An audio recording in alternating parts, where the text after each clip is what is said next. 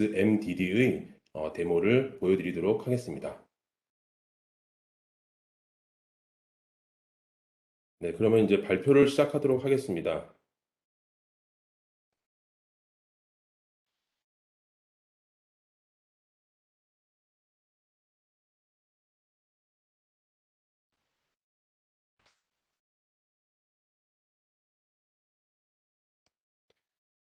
네, 우선 목차에 대해서 먼저 말씀을 드리겠습니다. 간단히 저희 지멘스에서 추구하고 있는 디지털 트랜스포메이션에 대해서 간략히 좀 설명을 드리고요.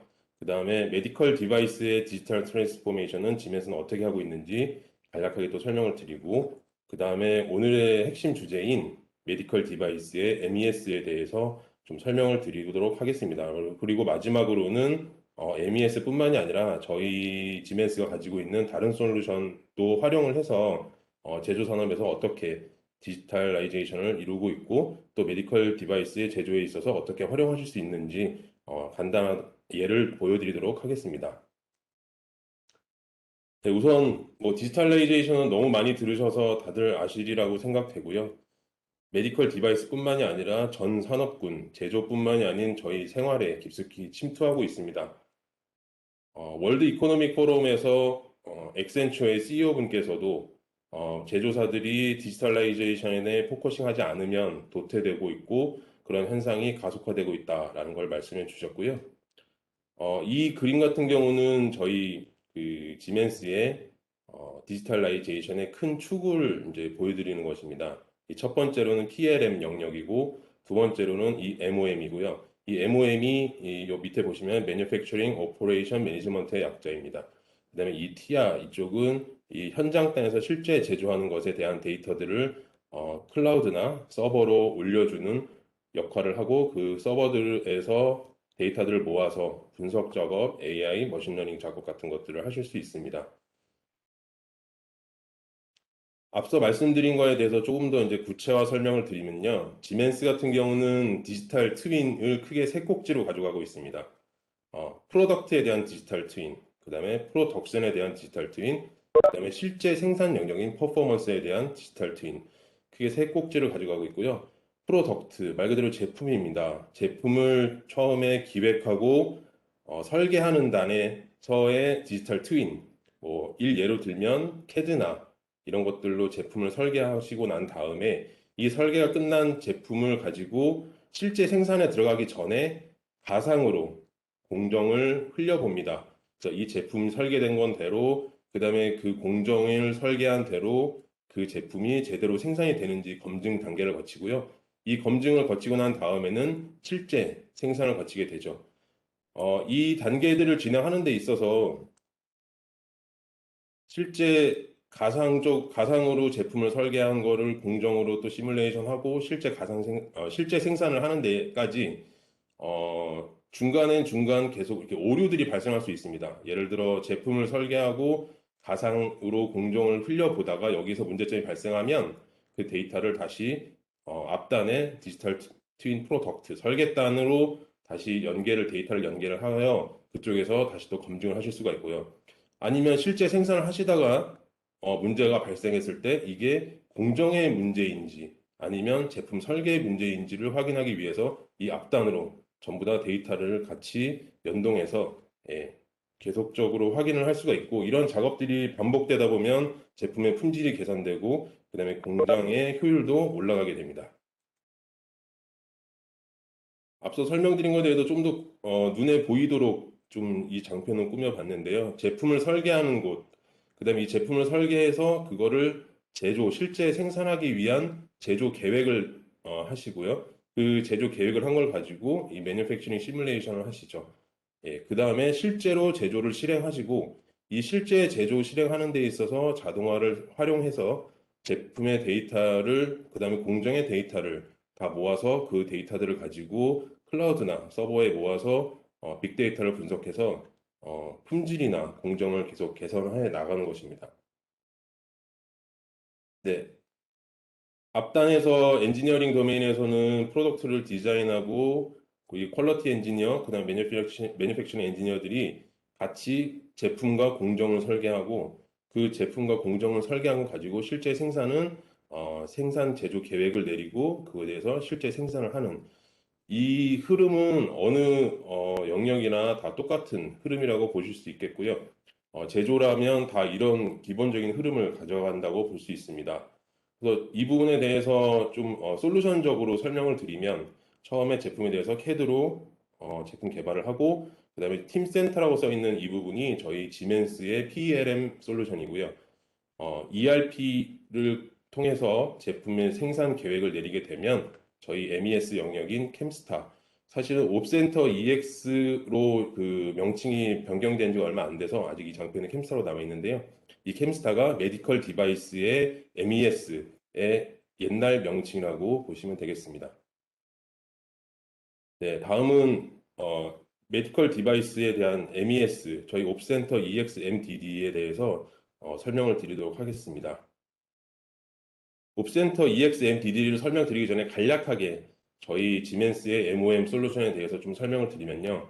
MOM 솔루션 같은 경우가 크게 5가지가 있습니다. MES 솔루션이 있고 이 MES에서 수집된 데이터를 가지고 매니저분들이나 C레벨 분들께서 대시보드 형태로 KPI나 다른 지표들을 보실 수 있는 솔루션이 있고요.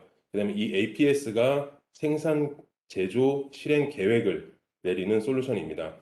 그다음에 이 RDNL 같은 경우는 디스크릿 산업보다는 프로세스 산업에 더 특화되어 있는 솔루션인데 예를 들면 배합 비율이라든가 이런 것들을 관리하고 연구소의 림스의 솔루션 역할을 하고 있는 솔루션이고요. 그 다음에 마지막으로 퀄러티 품질을 관리하는 솔루션이 있습니다. 그래서 이런 것들을 다 합쳐서 저희 지멘스의 MOM은 옵센터라는 브랜드명으로 바뀌게 되었습니다. 네, 이제 MDD에 대해서 좀 디테일하게 설명을 드리겠는데요. 메디컬 디바이스 같은 경우는 지금 FDA나 각종 국가의 레귤레이션상 히스토리를 남기는 걸 굉장히 중요시하게 생각하고 있습니다. 그래서 EDHR이나 EBR, 지금 요 밑에 약자로 좀 제가 적어드렸는데요. 일렉트릭 디바이스 히스토리 레코드, 그다음에 일렉트로닉 배치 레코드 해서 그런 그 데이터들을 디지털화 시켜서 그걸 보유하고 있다가 레귤레이션에 대응을 하실 쉽게 대응을 하실 수 있도록 할 수 있게 되어 있습니다. 그 다음에 이 팀센터가 앞서서 잠깐 설명을 드렸듯이 이 팀센터라는 것은 저희 지멘스의 PLM 솔루션인데요. 이 PLM 솔루션의 매니팩처링 분야에 보면 앞단의 제조 그 제품에 대한 설계, 그래서 그 CAD로 설계를 하고 설계를 한 제품에 대해서 엔지니어링 봄이 나올 거고요. 그 봄을 저희 그 공정에 맞춰서 각 공정에 맞춰서 그 봄이 어떻게 적용되는지를 관리하는 BOP. 그리고 이런 것들을 PLM 단에서 관리를 하시는데 MES와 PLM이 연계되어서 앞서서 설명드린 그 지멘스의 디지털 스레드, 디지털 클로즈드 루프 그거에 이 디지털 데이터들이 연계되면서 그런 것들이 실현된다고 보실 수 있습니다. 다음은 메디컬 디바이스에 특화되어 있는 저희 옵센터 EX MDD의 장점에 대해서 좀 설명을 드리겠습니다. 기본적으로 제조는 4M 관리를 하시는데 메디컬 디바이스 같은 경우는 M이 하나 더 늘어나셔서 매저가 하나 더 늘어나셔서 5M 그래서 저희 5M을 저희 솔루션으로 관리를 하실 수가 있고요. 적합 부적합 관리도 당연히 됩니다. 그리고 품질 성능에 대한 중앙 집중화는 당연히 제조 흐름에 따라서 모아지는 데이터들을 가지고 그 데이터들이 서버나 클라우드에 올라가기 때문에 당연히 중앙 집중화가 되고요. 그런 데이터들을 활용해서 모니터링을 하실 수가 있고 그 다음에 MES의 가장 기본적인 성격인 트랙 앤 트레이스 그 다음에 실시간 데이터 수집 그 다음에 생산 계획을 내리는 ERP 제품 설계단의 PLM 그리고 생산 계획의 APS 솔루션들과 유연하게 통합이 됩니다. 그 다음에 또 하나의 장점이라고 말씀드릴 수 있는 게 로코드 플랫폼이라고 말씀드릴 수 있는데요. OOTB 방식으로 코딩이 많이 필요 없다라고 좀 설명을 드릴 수가 있습니다. 물론 커스터마이징 해야 되는 부분들도 당연히 있지만 저희가 이 오른쪽에 보면은 공정을 모델링 하는 데 있어서 공정들을 나열하고 그 공정 기준 정보들을 이렇게 되게 보다 쉽게 드래그 앤 드랍으로 공정들을 연결을 해서 공정 순서를 결정을 하실 수가 있고요. 이렇게 모델링 하는데 어려움이 별로 없다고 말씀드릴 수 있습니다. 그래서 이렇게 OTB 방식으로 개발보다는 컨피그레이션하고 모델링하는 방식이 쉬워짐으로 따라서 이 솔루션을 실제로 구축하는데 굉장히 시간을 좀 단축하실 수가 있고요. 그래서 배포 속도 향상, 비용 절감이 되고 그리고 업그레이드 하는 데에서도 비용이 감소된다고 말씀드릴 수가 있습니다. 네, 다음은 실제로 이제 그 MES, 메디컬 디바이스에서 MES가 생산 계획을 하고 실제 생산을 하고 그 생산하는 거에 대한 ERP 일단에 실적을 올리고 하는 거에 대한 간략한 흐름에 따라서 제가 좀 설명을 드리겠습니다. 네, 이게 이제 APS 솔루션인데요. MES는 아니지만 이 APS 솔루션 같은 경우가 실제 생산 계획을 각 공정별로 이렇게 내리게 되고요. 만약에 그 공정 계획이 변경돼야 된다거나 그 변경된 공정이 가장 옵티마이즈 된 공정을 떻게 생산 계획을 내릴 수가 있는지에 따라서 그걸 확인하는 것이 제가 다시 넘어갔는데 다시 좀 보여드리면 예, 예, 이런 식으로 앞서서 기존에 잡혀 있던 공정과는 다른 변경된 공정이 최적화를 자동적으로 생산 계획을 내릴 수 있도록 잡아주게 됩니다. 네, 그리고 다음은 이제 그 계획에 따라서 작업을 실행하는데요. 공정 순서에 맞춰서 작업자가 작업을 진행하게 되고, 이 작업을 하는 데서 작업 지시서를 확인하고 본인이 작업해야 될 게 무엇인지를 확인하게 됩니다. 지금 이 우측에 보이는 이 그림 파일 같은 경우는 앞서서 설명드린 PLM, 우리 그 지멘스의 PLM 솔루션인 팀센터에 올라가 있는 CAD 그림이 연계돼서 이쪽에서도 작업자가 확인을 할 수가 있는 거고요. 작업자가 실제로 작업을 진행하면서 문제가 발생을 할 수가 있습니다. 그래서 작업자가 이 부품들을 확인을 하고 작업을 조립하는 데 과정에 있어서 이 작업 지시서대로 다시 확인을 하다가 작업을 진행하는데 예를 들어 특정 포트가 문제가 생겼다 하면 여기에다가 이렇게 바로 표시를 하고요. 매니저는 이 표시된 이 그림 파일을 사무실에서 앉아서 또 확인을 하실 수가 있죠. 그래서 작업자는 여기다가 체크를 해서 확인할 필요가 있다라고 여기는 작업자가 남길 수가 있습니다. 네, 다음은 non conformance 그거를 이제 팀센터와 어떻게 연계하는지를 보여드리는데요. 앞서서 작업자가 좀 넘기겠습니다. 작업자가 이 포트에 문제가 있었다라고 표시한 거를 매니저가 여기서 확인하는 화면이고요. 이거를 보면은 제품 설계에 이제 문제가 있었기 때문에 단순히 공정 이 문제가 아닌 제품 설계 쪽으로 넘겨야 되기 때문에 이 데이터를 다시 매니저가 확인을 하고 보시면 이제 뒤쪽으로 좀 넘기겠습니다. 팀센터 저희 그 PLM으로 데이터를 넘기는 과정입니다. 네, 그 다음에 생산이 되고 나면 생산이 이제 제대로 됐다고 이 OK로 예스로 내려오게 되면 제조가 끝나게 되면 그 실적은 ERP에 이제 집계가 되고요. 집계 올려주는 거는 데이터베이스로만 전송이 되기 때문에 특별한 영상을 준비하지는 않았습니다. 네. 다음은 DHR. 실제로 이제 생산된 과정이나 제품에 문제가 발생됐던 NC 처리 과정들이 다 히스토리에 남아 있는지 그리고 그 남아 있는 것들을 문서화하는 그런 영상인데요. 예, 좀 보여드리면 그 해당 공정을 찾게 되고요. 해당 공정을 찾은 거에서 여기 보면은 몇 날 몇 시에 누가 어떤 작업자가 어떤 작업들을 했다라는 게 그 기록에 다 데이터베이스에 남게 되고요. 이 데이터베이스에 남은 것들은 따로 문서로 또 출력을 하실 수가 있습니다. 그래서 레귤레이션이나 그런 것들에 대응하시는 데 있어서 예, 쉽게 대응을 하실 수가 있고요. 레퍼런스에 대해서 좀 설명을 드리겠습니다. 네. 지금 마켓쉐어 1위부터 10위까지의 업체 중에 7개, 상위 7개의 업체가 저희 캠스타를 사용을 하고, 옵센터 EX MDD를 사용을 하고 계십니다. 이분들이 사용을 하시면서 어떤 점들이 개선이 되었냐면, 예를 들어 테루모 같은 경우는 NCR이 41%나 감소하셨고요. 덱스콘 같은 경우는 그 DHR을 리뷰하는 데 있어서 과거에는 다 종이로 된 페이퍼들을 확인하시느라고 엄청 시간이 오래 걸리셨는데 옵센터 EX MDD에서 히스토리를 다 관리해주기 때문에 90%나 감소되었다. 이런 내용들이 있습니다. 네, 다음은 저희 다른 그 MES 솔루션이 아닌 다른 솔루션으로도 어떻게 디지털라이제이션을 하고 있는지에 대해서 간략히 좀 소개를 드리겠습니다. 앞서서 말씀드린 제품 설계단에서 제품을 설계하고 나면 BOM이 완성이 되고요. 이 엔지니어링 봄이 실제로 공정에 맞춰서 매니팩처링 봄으로 변형이 되고 이 매니팩처링 봄이 그 공정에 들어가는 리소스와 오퍼레이터들이 다 반영된 BOP 이런 것들이 이제 팀센터 저희 PLM 솔루션에서 예, 확인을 하실 수가 있습니다. 그래서 이런 E봄을 거친 M봄, 그다음에 M봄을 거친 BOP가 저희 MES와 연결이 되는 거를 좀 보여드리는 거고요.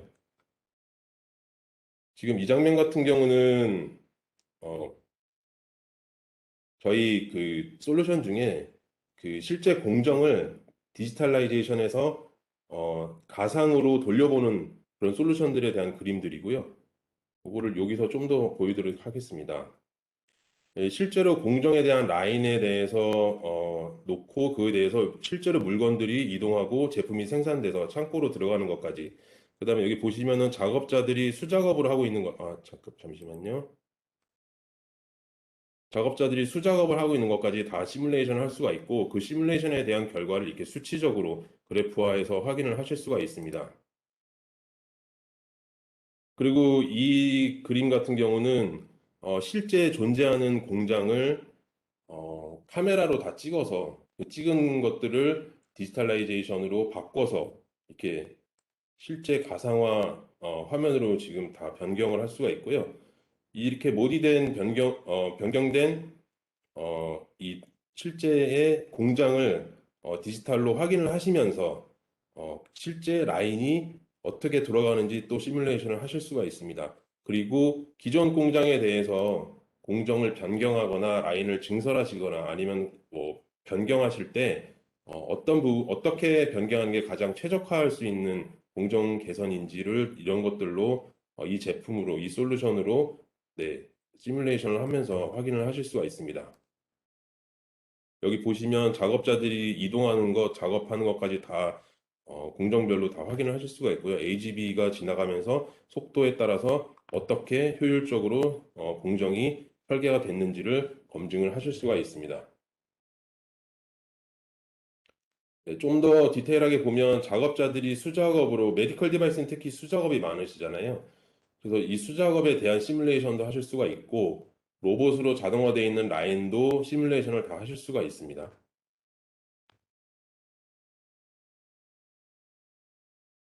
네, 그 다음에 요거 같은 경우는 공정을 진행하는데 일단 라인을 한 개를 구성을 하셨다가 특정 바틀렉 부분에 대해서 설비를 더 증가시켰을 때 어떻게 문제가 해결이 되는지를 검증하는 네, 과정이고요.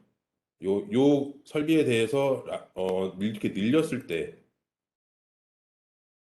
수율이 얼마나 개선이 되는지 그런 것들을 확인을 하시는 과정입니다. 네, 다음은 제조 메디컬 디바이스에서 제조한 제품이 지금 미국이나 이 유럽으로 수출되었을 때 중동도 있고요. 각 병원에 이제 들어가 있을 텐데 그 병원에 들어가 있는 제품에 문제가 발생했을 때 제조사에서 원격으로 확인을 해줄 수 있는 솔루션을 보여드리겠습니다. 지금 보면 그 병원의 건축 도면이 3D로 표현되어 있고요. 지금 여기 보시면 어, 제품이 이 각 병실에 놓여 있는데 이 빨간색이 문제가 발생한 제품이라고 보시면 되고요. 이런 것들을 제조사에서 원격으로 물론 당연히 온라인으로 연결이 되어 있어야 하겠지만 원격으로 확인을 하실 수가 있고 병원에 계신 분들은 아마 이런 제품에 문제가 생겼을 때 바로 그 수리를 받거나 하는 것들을 빨리빨리 진행을 하시길 원하실 텐데 이런 것들을 사실 죄송합니다.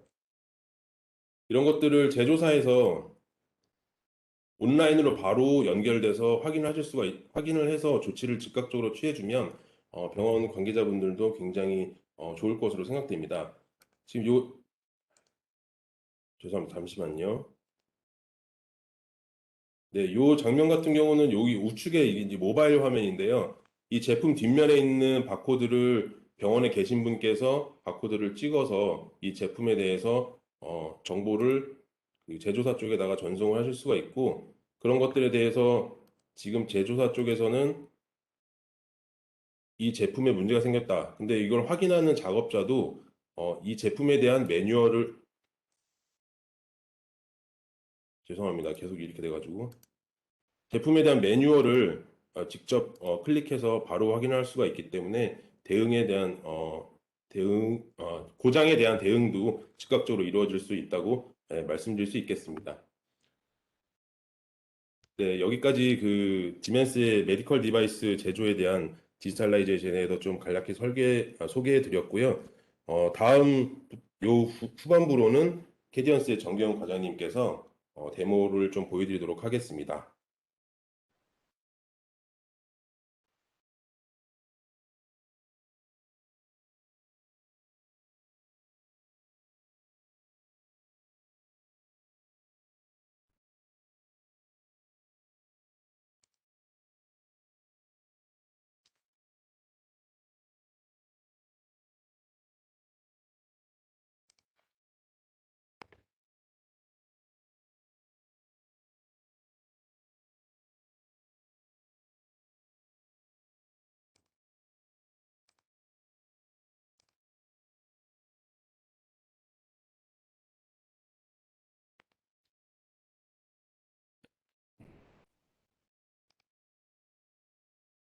네, 안녕하세요. 정경원입니다. 페디언스 시스템의 정경원입니다.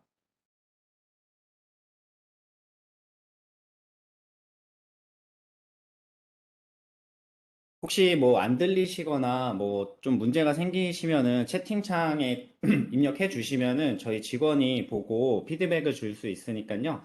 채팅창 이용해 주시면 될 것 같고요. 네. 바로 그러면은 지멘스 MES 시연을 시작하도록 하겠습니다.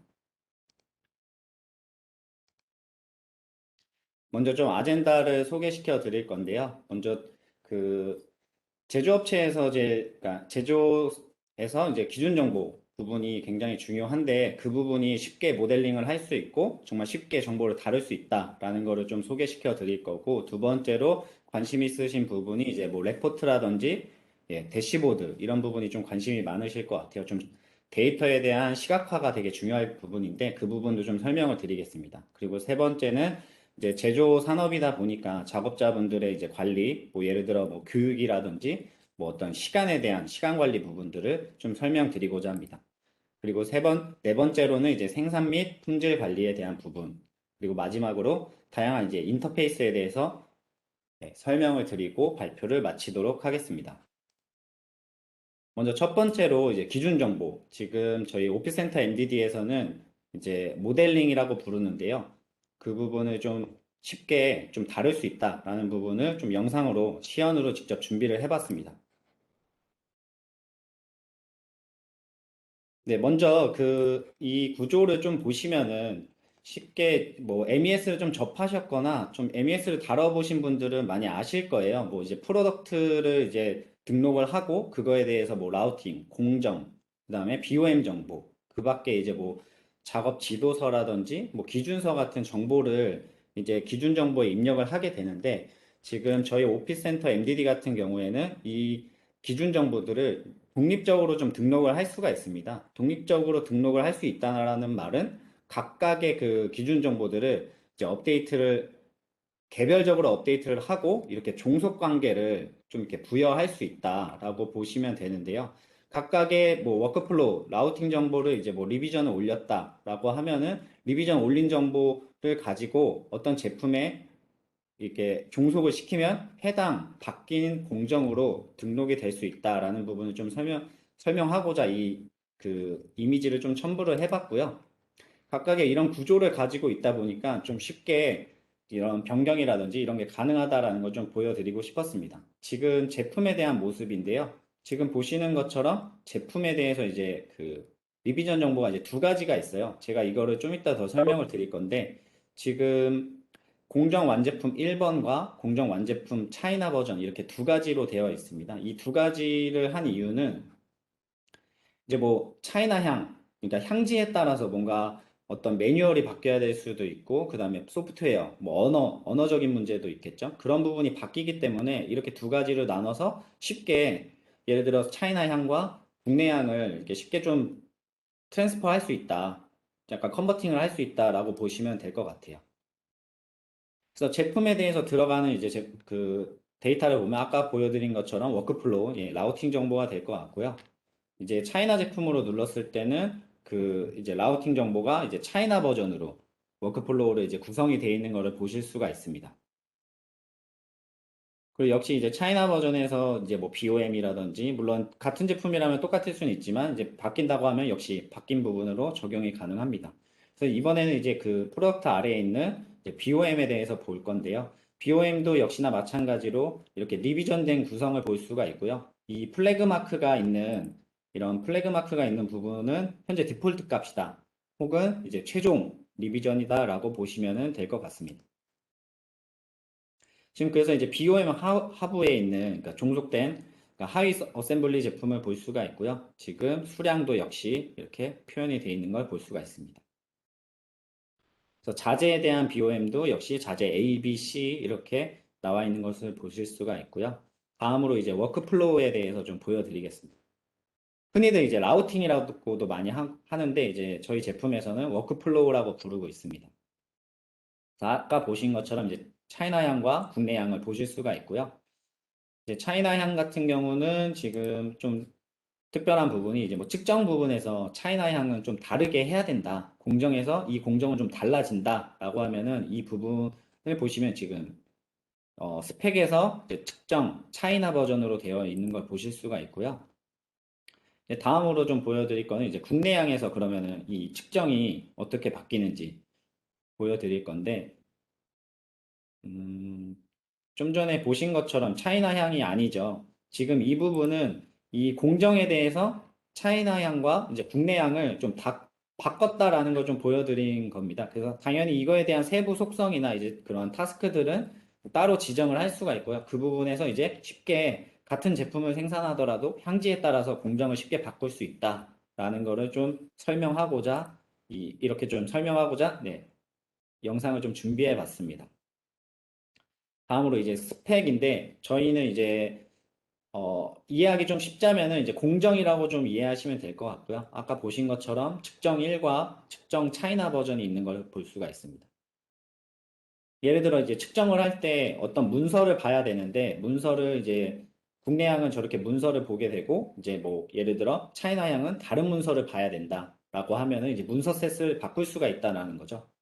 근데 이게 바꾸는 게 다 한 턴키로 연결이 돼 있는 그러니까 다 연결되어 있는 부분이 아니라 독립적으로 되어 있다 보니까 해당 부분을 이렇게 연결을 통해서 좀 볼 수가 있다라는 것을 좀 말씀드리고 싶었습니다.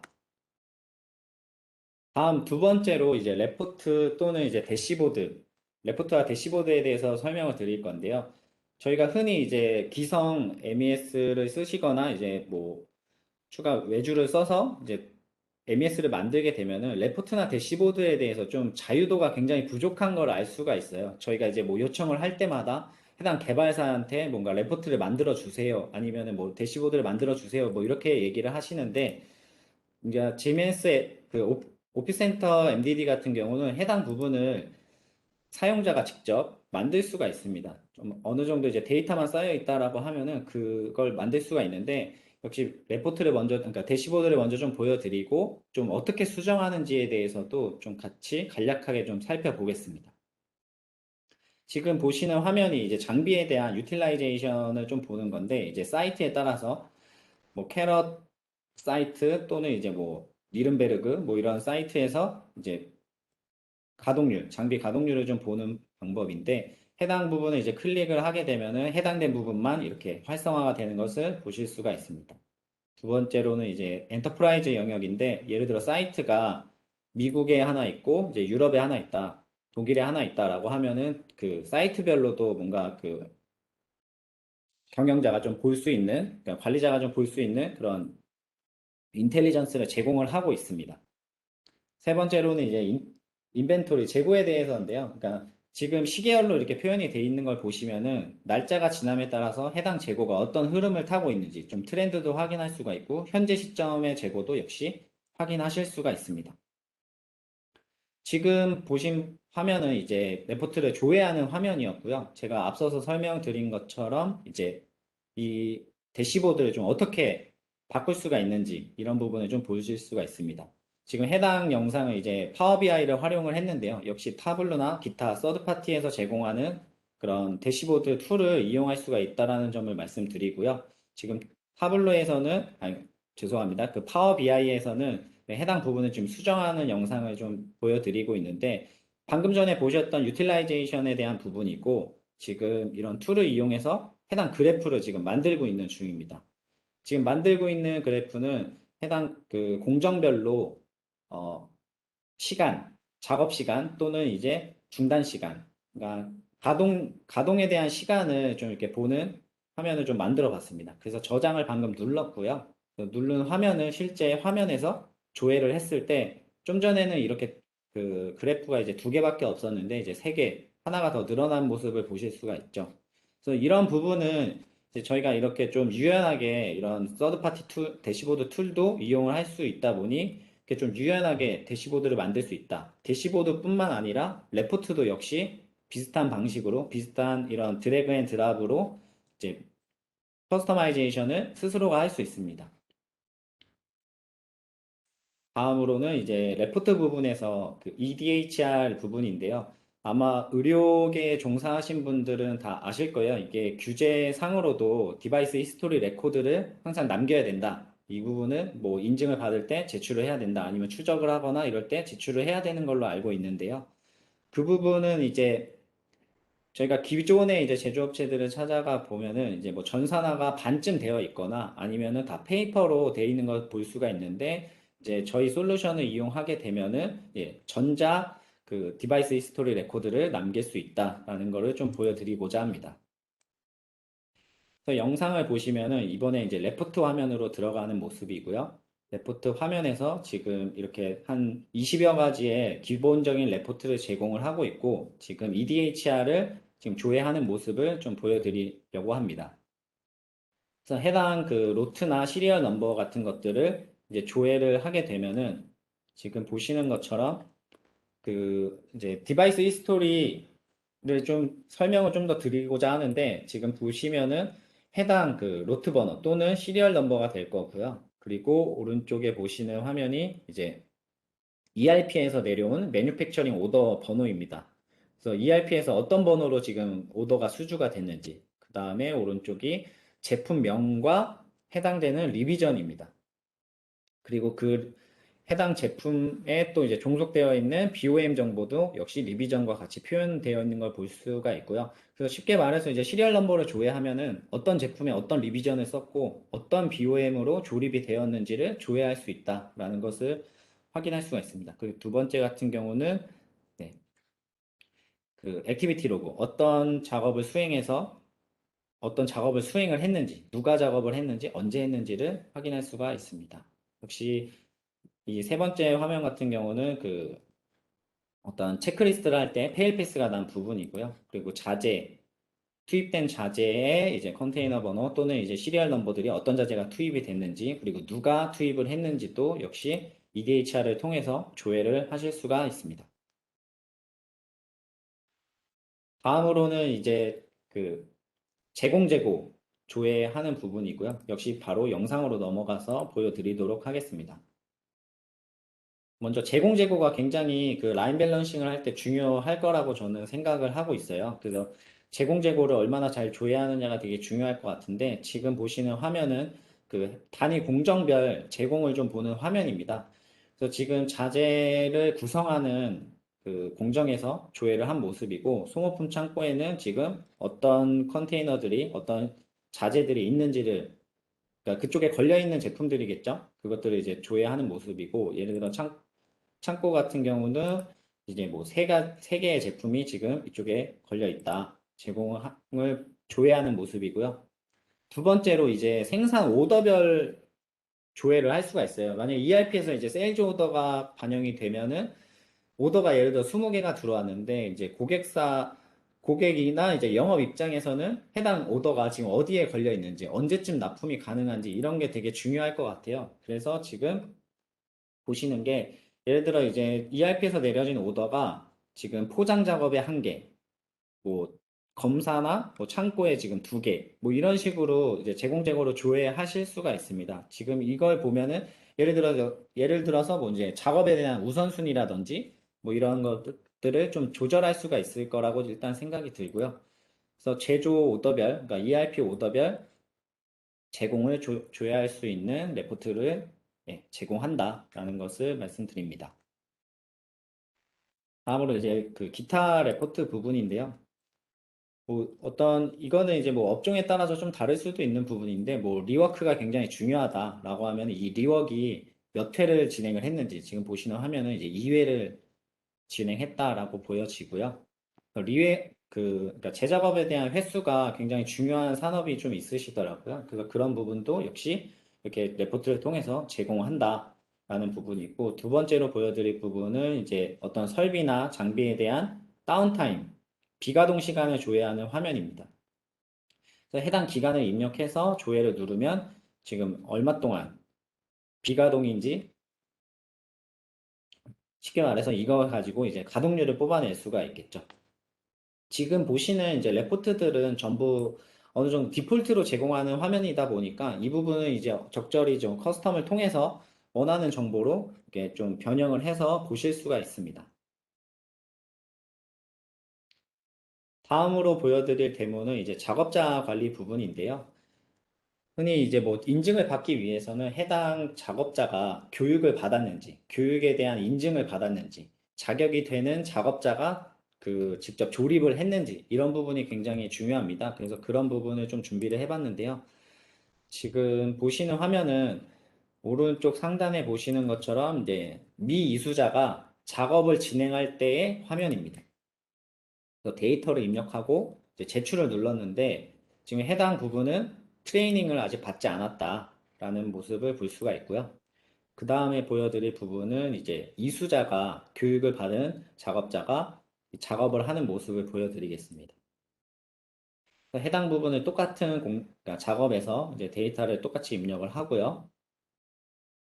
이수자가 이제 제출을 하게 되면은 이제 타스크를 정상적으로 수행을 했다라는 것을 보실 수가 있고요. 지금 추가로 좀 보여드릴 부분은 이제 트레이너가 있으시겠죠. 그러니까 작업자를 교육을 맡은 트레이너가 해당 작업자를 조회를 해서 이 작업자가 지금 어디까지 교육을 받았는지, 이 사람이 어느 부분까지 공정을 수행할 수가 있는지를 좀 조회하는 화면입니다. 그래서 당연한 얘기지만 이 작업에 대한 허가를 이제 불허가로 바꿀 수가 있고요. 만료일 같은 경우도 이제 뭐 갱신을 할 수 있는 부분이 존재합니다. 그래서 지금 뭐 이제 만료일 같은 경우도 지금 날짜를 늘려서 갱신하는 모습을 좀 영상을 담아 봤습니다. 그래서 당연히 이렇게 요구사항들도 추가적으로 추가하는 모습도 역시 담아 봤습니다.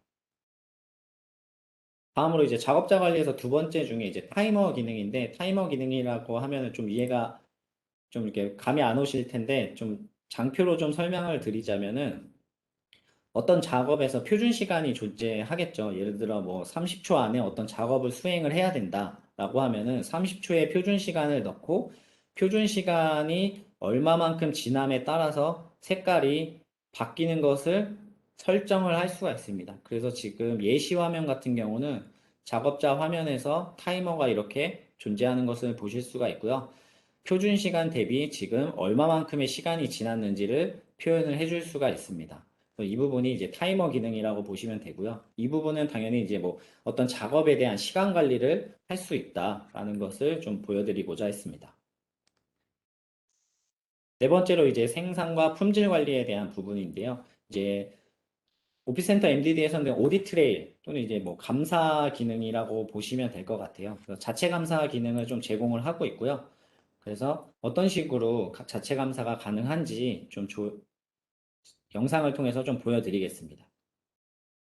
그래서 해당 제품을 이제 조회를 하고 시리얼 넘버를 이제 그 오디 트레이를 조회를 했을 때 지금 제가 조회를 한 화면은 자재 A라는 그 자재를 조회를 했어요. 그래서 이 해당 시리얼 넘버로 조회를 했고요. 그러면은 지금 BOM 구조상 완제품은 이제 자재 같은 경우는 이제 2레벨에 있고 여기는 이제 제로 레벨이겠죠. 제로 레벨인데 그러면 해당 자재가 어떤 완제품으로 변했는지 그리고 그 상위 단으로 자재 키트에는 어떤 키트를 사용되었는지를 좀 확인하실 수가 있겠죠. 그래서 그거를 좀 조회하는 것을 그러니까 역추적하는 것을 좀 보여드리려고 합니다.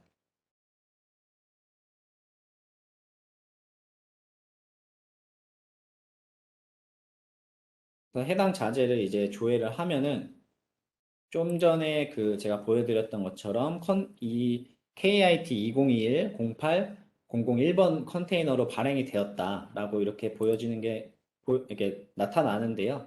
이 부분이 이제 해당 자재는 이 자재 키트로 이 자재 키트로 조립이 되었다라는 것을 볼 수가 있고요. 자재 키트를 역시 조회를 하게 되면은 해당 상위 제품을 추적을 할 수가 있습니다. 쉽게 말해서 어떤 자재가 문제가 생겼는데 해당 자재로 조회를 하면은 완제품이 어떤 번호로 출하가 되었든지 아니면 완성이 되었는지 이런 것들을 조회할 수 있는 화면이라고 보시면 되고요. 이 밖에도 당연히 뭐 다른 뭐 어떤 누가 작업을 했고 어떤 자재가 들어가고 이런 것도 역시 오디 트레이를 통해서 조회를 하실 수가 있습니다. 그래서 해당 완제품이 뭐 조회되는 모습을 그러니까 어떤 자재로 통해서 그러니까 어떤 시리얼 넘버를 포함하고 있는지 이런 것들을 조회하실 수가 있는 화면입니다. 네, 오디트레이 영상은 여기서 좀 마치고요.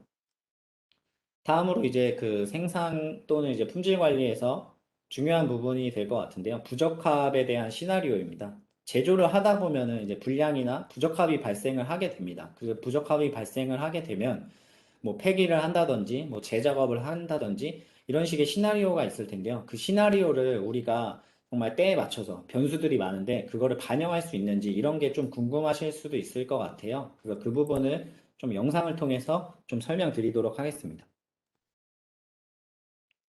네, 먼저 부적합이 발생을 했고요.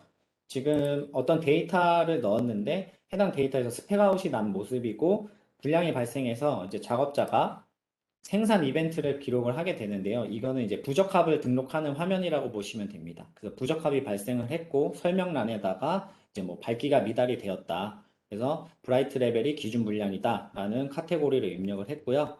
지금 불량이 발생된 로트를 이제 홀딩을 한다. 홀딩 한다라는 거는 더 이상 공정이 진행되지 않게끔 출하가 되지 않게끔 막는 역할을 할 수가 있습니다. 그래서 그 홀드에 대한 그 사유를 좀 입력하는 모습이고요. 그 밖에 이제 뭐 시간이라든지 어떤 뭐 문서, 부적합에 대한 문서도 역시 이렇게 첨부를 하실 수 있는 모습입니다. 그래서 부적합을 이렇게 등록을 하게 됐고요.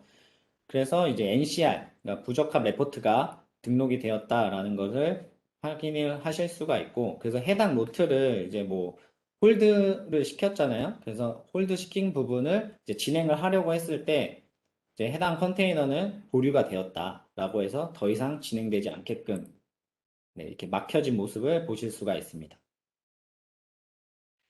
그래서 이제 이 부적합이 난 부분을 저희는 이제 리워크를 하겠다라고 결정이 났으면은 해당 컨테이너를 이제 홀드를 릴리즈를 시켜줍니다. 홀드를 좀 풀어주고요.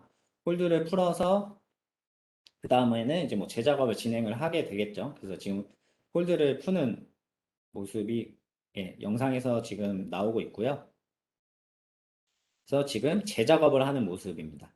그래서 해당 그 제품을 이제 홀드를 풀고 이제 재작업을 하는 모습이고 그래서 재작업에 대한 사유 그래서 이제 뭐 테스트가 끝났다 테스트가 끝나서 이제 다시 재작업을 하겠다라는 사유를 넣었고요 재작업이 시작되었습니다라는 이렇게 코멘트를 보실 수가 있고 지금 이 부분 같은 경우는 이제 부적합이 발생을 하게 되면은 당연히 뭐 이제 선별을 하게 될 거예요. 뭐 예를 들어서 이게 작업자가 직접 조치가 가능한지 아니면 이게 뭐 아니면 기술자나 뭐 생산 기술팀에서 아니면 또는 이제 품질팀에서 뭔가 선별을 하게 되겠죠. 그래서 얘는 뭐 폐기를 해야 된다.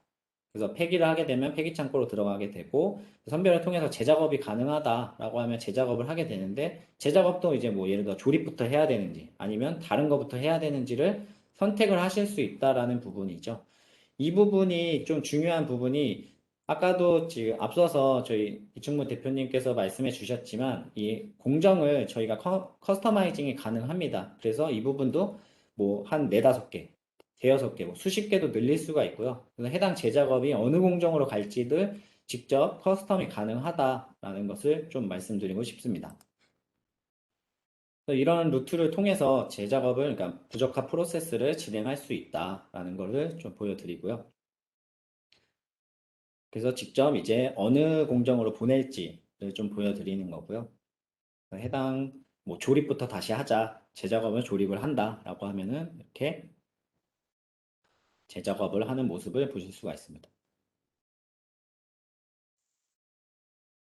그래서 지금 조립부터 재작업을 수행하는 모습이고요. 그래서 해당 이제 부적합이 등록이 되게 되면 이제 부적합 조회, 품질 검색이라는 부분에서 부적합을 조회하는 화면입니다. 그래서 부적합을 조회를 하게 되면 누가 어떤 조치를 했는지, 어떤 이력이 남았는지 이런 보고서들이 존재하잖아요. 그래서 어떤 작업자들이 작업을 했고, 그 다음에 영향받은 재료 또는 로그, 그다음 첨부 파일들 각 유관된 부서에서 어떤 레포트를 등록을 했는지 이 화면을 통해서 조회하실 수가 있습니다. 다음으로 이제 좀 편의 기능에 대한 부분인데요. 요새 요새 이제 웹 방식으로 많이 진행을 하다 보니까 이제 뭐 이런 모바일이라든지 이런 스캐닝 기능이 좀 많이, 그러니까 모바일 기능이 많이 확장이 되었어요. 그 부분도 역시 저희 오피스 센터 이제 MDD도 가능하다라는 거를 좀 준비해 봤습니다. 그래서 해당 영상 보시면은 지금 그 QR코드, 그러니까 바코드 리더를 이제 핸드폰을 통해서 보실 수가 있고요. 지금 보시는 화면처럼 방금 전에 본 것처럼 이제 어떤 작업에 대한 내용, 뭔가 이런 것도 입력을 하실 수가 있고, 당연한 얘기지만 이제 뭐 레포트라든지 다른 것도 모바일을 통해서 조회하실 수가 있습니다. 그 영상도 좀 준비를 해봤고요. 다음으로 이제 데이터 수집 및 전자 서명에 대한 부분인데, 이 역시 이제 어, 규제를 위해서는 이제 전자 서명이 필요한데, 그 부분도 또 영상으로 좀 준비해 봤습니다. 어떤 그 데이터를 입력을 했고요. 데이터 뭐 예를 들어 최종 검사라든지 어떤 그 품질의 검증을 받아야 되는 부분에 대해서 이제 서명을 하는 부분입니다. 전자 서명을 넣는 부분이 있고 지금 작업자가 서명을 하고 관리자가 그걸 승인해 주는 화면이었습니다. 그래서 이 부분을 이제 EDHR에서 방금 전에 그 CWK라는 분이 이제 오퍼레이터가 서명을 했고요. 언제 서명을 했는지, 그 다음에 관리자가 QA라는 관리자, 그러니까 품질 보증팀에서 체크를 완료했다라는 것도 레포트에서 전자 서명을 조회하실 수가 있는 화면입니다. 네, 다섯 번째로 이제 인터페이스에 대해서 좀 설명을 드리겠습니다. 이 부분에 대해서는 그 앞서서 이제 이충무 대표님께서도 좀 설명을 조금 해주셨는데, 좀 간략하게 좀 정리를 하자면은 저 윗단에서 보시는 이제 PLM이나 또는 SAP 같은 ERP 또는 오라클 이런 기성 제품들 간의 그 액티브 인테그레이션을 통해서 인터페이스가 가능하다. 그리고 그 밖에 이제 뭐 MS SQL, 오라클 또는 CSV나 TXT 같은 파일, 그다음에 웹 통신, 그리고 커스텀 장비들, 그리고 마지막으로 이제 OPC UA, 뭐 옛날 방식이지만 뭐 TCP 소켓이나 시리얼 포트 같은 것도 네, 인터페이스를 지원을 하고 있습니다. 그리고 최신 버전에서는 그 요새 많이 사용하고 있는 RESTful API를 사용을 많이 하시는데요. 역시 RESTful API도 제공을 하고 있습니다. 네, 그러니까 예, 마지막 이제 그 PLM과 MES와의 이제 인터페이스 부분인데요. PLM이 좀 생소하신 분도 계실 수가 있을 것 같아요. 지금 병원에서 계신 분도 좀 계실 것 같고, 제조에 계신 분은 좀 아실 수도 있을 것 같은데, 이제 PLM이라는 뭐 도면이라든지 리비전 또는 이제 어떤 제품에 대한 그 라이프 사이클을 관리하는 솔루션과 그 제조를 이제 생산 제조를 운영하는 그 MES와의 인터페이스에 대해서 좀 설명을 드릴 건데 지금 보시는 장표로 좀 이해가 좀 되실지 모르겠지만 좌측에 있는 부분이 이제 저희 PLM, 팀센터라고 부르고 있고요. 우측에 있는 부분이 저희 MES입니다. 그래서 아까 이 아이콘은 이렇게 유심히 보신 분들은 아시겠지만 그 이제 해당 공정에 대한 부분이고요. MES에서 이제 공정에 대한 부분이고 이제 PLM에서 해당 공정에 대한 부분을 이렇게 등록을 하고 뭐 예를 들어 하위에 있는 것들이 예를 들어 첨부된 서류다라고 하면은 해당 공정 부분을 이제 인터페이스를 통해서 그 중간 매개체에서 이렇게 만들어주고 이것들을 이제 패키지 인터페이스를 통해서 그러니까 패키지를 통해서 가지고 오게 되면은 이 부분을 직접 그 MES에서 만들지 않아도 자동적으로 등록이 된다라는 모습을 좀 보여드린 건데 해당 해당 부분은 혹시 궁금하신 분이 있으면 제가 영상을 가지고 있으니까 따로 제공을 좀 해드리겠습니다. 지금 영상으로 좀 그러니까 드리기에는 사실 좀 이해가 안 되실 부분이 많으실 것 같아서 일단 장표로 좀 표현을 했고요. 혹시 또 추가적으로 궁금하신 부분은 뭐 채팅창이나 이따가 질문하시는 시간에 주시면은 제가 예, 따로 좀 전달해 드리도록 하겠습니다. 그래서 여기서 중요한 부분은 뭐 해당 공정에서 뭐 문제가 발생하거나 리비전이 바뀌어야 된다라고 하면은 다시 PLM에다가 피드백을 주고 PLM에서 리비전 관리를 하게 되는 거죠. 리비전에서 뭔가 서류라든지 공법이 바뀌어야 된다라고 하면은 여기서 개정 작업이 이루어지고요. 개정된 작업을 다시 그 MOM에서 제공하는 모듈을 통해서 다시 이렇게 배포가 가능하다. MES에서 배포가 가능하다라는 것을 보실 수가 있습니다. 그래서 지금 첫 번째부터 이제 다섯 번째까지 인터페이스로 이제 발표는 이렇게 마무리를 지을 것 같은데요. 조금 정리를 하자면은 저희 이제 오피스센터 MDD 같은 경우에는 좀 타, 타 MES와는 다르게 좀 자유도가 높다. 그 해당 현장에서 또는 이제 관리자분이 뭐 레포트라든지 대시보드를 좀 자유롭게 조정이 가능하고 이런 공정에 대한 부분, 라우팅에 대한 부분도 뭔가 변경이 발생하거나 문제가 생겼을 때 좀 자유롭게, 좀 편하게, 그러니까 개발자의 도움 없이 스스로가 이제 할 수 있다라는 장점이 됩니다. 근데 이 부분은 어떻게 보면 이제 뭐 버전 업그레이드를 한다든지 뭔가 어, 예를 들어서 뭐 이제 공급사가 뭐 예를 들어 형편이 안 좋아지거나 뭐 부도를 맞게 되거나 이랬을 때도 크게 문제가 되지 않는 좀 장점이라고 저는 생각을 하고요. 예, 좀 사설이 좀 길어졌는데 일단 그런 부분이 저는 장점이라고 생각을 하고요. 제 발표는 일단 여기까지입니다. 네, 네, 혹시 네, 질문 있으시면은 네, 질문 뭐 채팅창 통해서 해주셔도 되고 저희가 따로 이메일을 공유 드릴 테니까 이메일 통해서도 예, 질문을 좀 받을 수 있도록 하겠습니다. 네, 일단 발표는 마치도록 하겠습니다. 질문 있으신 분들은 지금 질문 주셔도 되고요. 채팅창에 좀 남겨주셔도 괜찮겠습니다.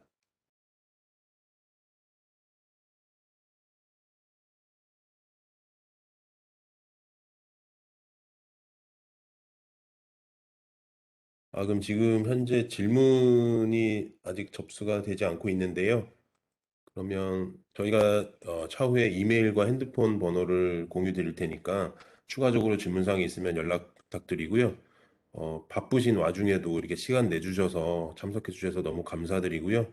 저희가 중간중간 좀 이렇게 말이 꼬이거나 버벅된 경우들도 있는데 양해해 주시면 감사하겠습니다.